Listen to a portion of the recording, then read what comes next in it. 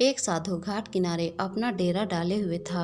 वहाँ वह धुनी रमा कर दिन भर बैठा रहता और बीच बीच में ऊंची आवाज से चिल्लाता, जो चाहोगे सो पाओगे। उस रास्ते से गुजरने वाले उसे पागल समझते थे। वे उसकी बात सुनकर अनसुना कर देते और जो सुनते वो उस पर हंसते थे। एक दिन एक बेरोजगार युवक उस रास्ते से गुजर रहा था। साधु की चिल्लाने की आवाज उसके कानों में पड़ी, जो चाहोगे सो पाओगे।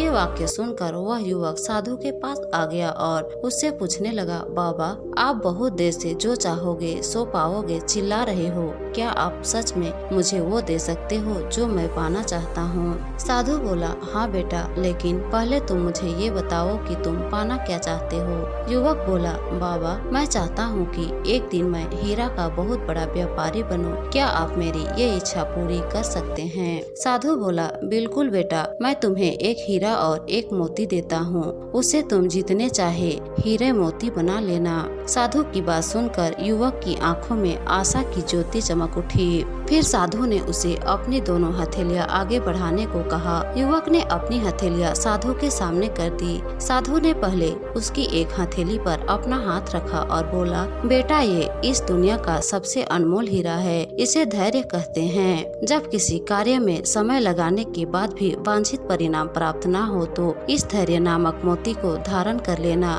यदि यह मोती तुम्हारे पास है तो तुम दुनिया में जो चाहो वो हासिल कर सकते हो। युवक ने ध्यान से साधु की बात सुनी और उन्हें धन्यवाद कर वहाँ से चल पड़ा। उसे सफलता प्राप्ति के 2 गुरु मंत्र मिल गए थे। उसने निश्चय किया कि वह कभी अपना समय व्यर्थ नहीं गंवाएगा और सदा धैर्य से काम लेगा। कुछ समय बाद उसने हीरे के एक बड़े व्यापारी के यहाँ काम करना प्रारंभ किया। कुछ वर्षों तक वह दिल लगाकर व्यवसाय का हर गुण सीखता रहा और एक दिन अपनी मेहनत और लगन से अपना सपना साकार करते हुए हीरे का बहुत बड़ा व्यापारी बना। तो दोस्तों, इस कहानी से हमें यही सीख मिलती है कि लक्ष्य प्राप्ति के लिए सदा अपना समय कभी व्यर्थ न जाने दे और कठिन समय में धैर्य का दामन न छोड़े। सफलता अवश्य प्राप्त होगी।